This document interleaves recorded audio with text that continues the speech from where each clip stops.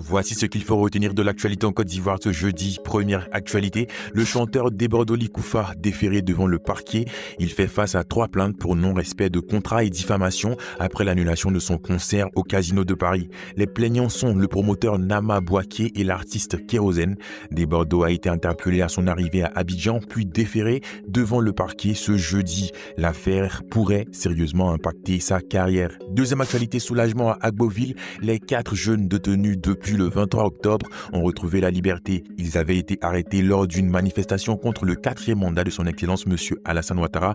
Leur libération met fin à 3 semaines d'angoisse pour leur famille. Troisième actualité, un drame s'est produit à Fresco. À Fresco, un conducteur de VTC a été retrouvé noyé après une terrible sortie de route. Son véhicule a plongé dans un cours d'eau profond de 15 mètres. Les pompiers ont retrouvé le corps au matin après une nuit entière de recherche. Un drame qui rappelle l'urgence de la prudence sur nos routes rurales. Quatrième actualité, Côte d'Ivoire-Mali mise au point. Le gouvernement ivoirien dément toute aide officielle en carburant au Mali. Selon le porte-parole M. Amadou Koulibaly, les livraisons observées révèlent d'initiatives privées, pas d'un accord d'État. Abidjan veut éviter toute interprétation politique tout en maintenant des échanges commerciaux normaux avec son voisin. Cinquième et dernière actualité, Aputu National fait son grand retour. L'influenceur récemment sorti de prison vient d'être nommé ambassadeur auprès du ministère de la Solidarité, une reconnaissance pour ses actions sociales et ses collectes de fonds en faveur des plus démunis.